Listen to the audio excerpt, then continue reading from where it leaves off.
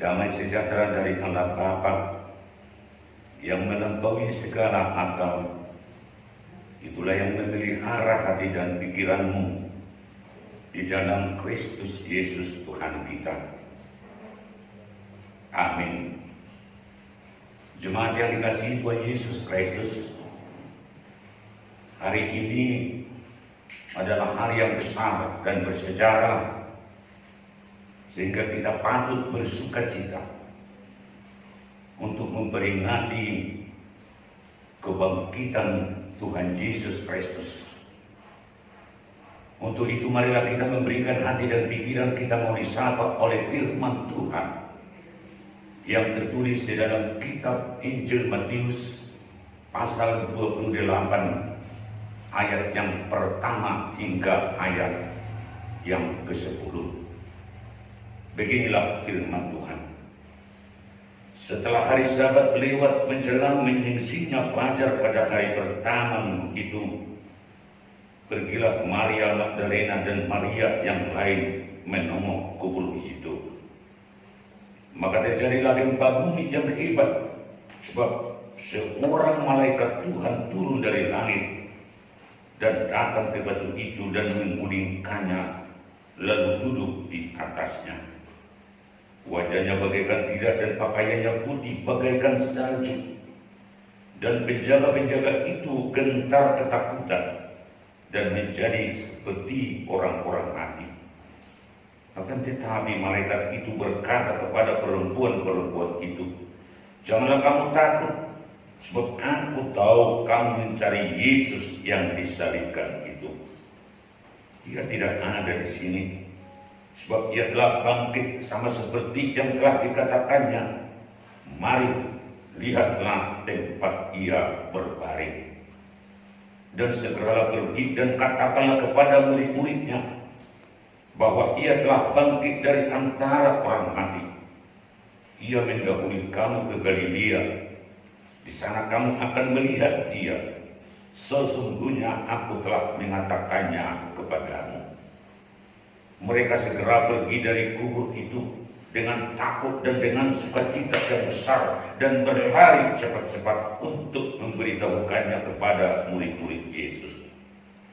Tiba-tiba Yesus berjumpa dengan mereka dan berkata, "Salam bagimu." Mereka mendekatinya dan memeluk kakinya serta menyembahnya. Maka kata Yesus kepada mereka, "Jangan takut. Pergi dan katakanlah kepada saudara-saudaraku supaya mereka pergi ke Galilea, dan di sanalah mereka akan melihat aku." Demikian firman Tuhan.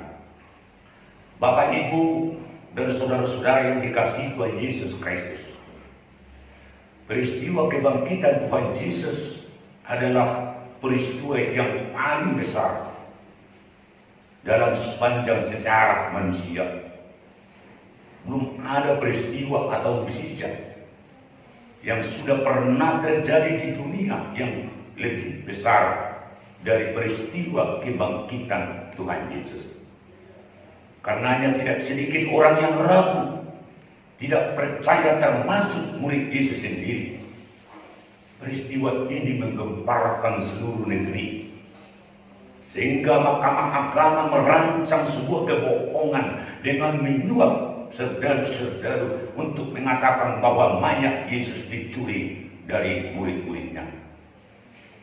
Kebenaran peristiwa kebangkitan Kristus sangat jelas diberitakan dalam nas ini, di mana para perempuan berjumpa dengan malaikat Tuhan dan juga dengan Yesus sendiri, menjadi fakta bahwa Yesus sungguh-sungguh tidak berada dalam kubur dan telah bangkit. Sejalan dengan itu Paulus pernah berkata, "Tetapi yang benar ialah bahwa Kristus telah dibangkitkan dari antara orang mati sebagai yang sulung dari orang-orang yang telah meninggal." 1 Korintus 15 ayat 20. Bahkan lebih tegas ia berkata, "Tetapi andai kata Kristus tidak dibangkitkan, maka sia-sialah pemberitaan kami, dan sia-sia juga kepercayaan kamu. 1 Korintus 15 ayat 14. Dengan peristiwa ini, maka kematian Tuhan Yesus di kayu salib bukanlah akhir dari segala perjalanan Yesus. Sebaliknya adalah bagian dari kesempurnaan karya keselamatan. Dengan adanya kematian maka ada juga kebangkitan. Sehingga kebangkitan Yesus merupakan kesempurnaan dari karya keselamatan yang diperbuat oleh Allah.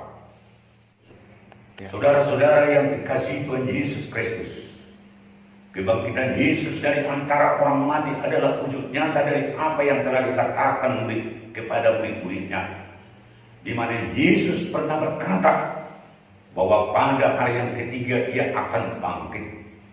Dengan peristiwa kebangkitan Yesus dapat dilihat pesan dan makna yang lebih dalam dan luas kepada dunia, khususnya bagi kehidupan manusia. Yaitu pertama, bahwa kematian telah ditaklukkan. Kuasa maut tidak dapat membelenggu dan mengalahkan Yesus.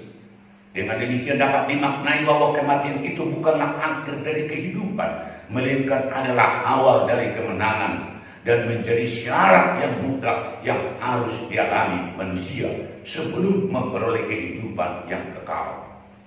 Kuasa kebangkitan Yesus merubah ketakutan akan kematian menjadi sesuatu yang harus diterima, bahkan menjadi keuntungan bagi orang-orang yang percaya kepada Tuhan Yesus. Karena bagiku hidup adalah Kristus dan mati adalah keuntungan. Filipi 1 ayat 21. Kedua, segala ketakutan akan dunia telah sirna ketika para perempuan itu bertemu dengan malaikat dan juga dengan Tuhan Yesus. Sapaan yang kedengaran adalah jangan takut.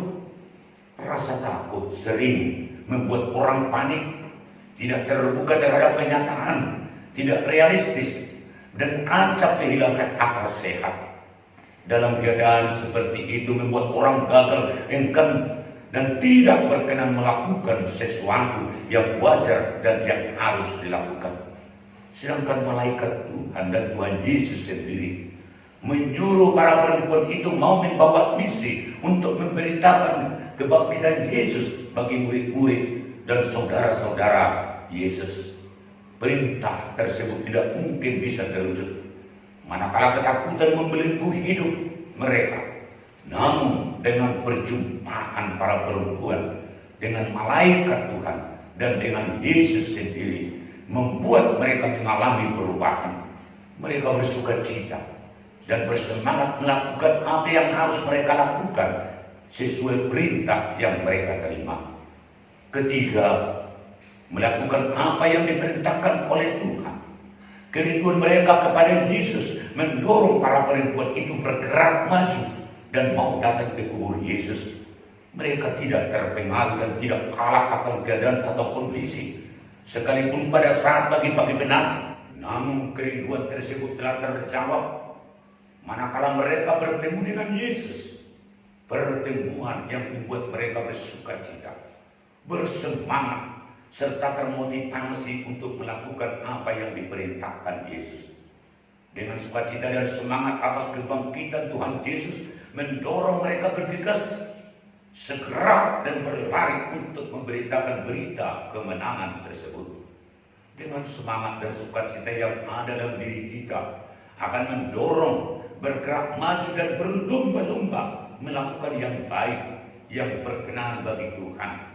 Sangatlah baik jika berlomba-lomba berbuat kebaikan dan merupakan sebuah kebanggaan apabila kita menjadi orang pertama memberitakan kebaikan, kebenaran, dan melakukannya dengan tulus.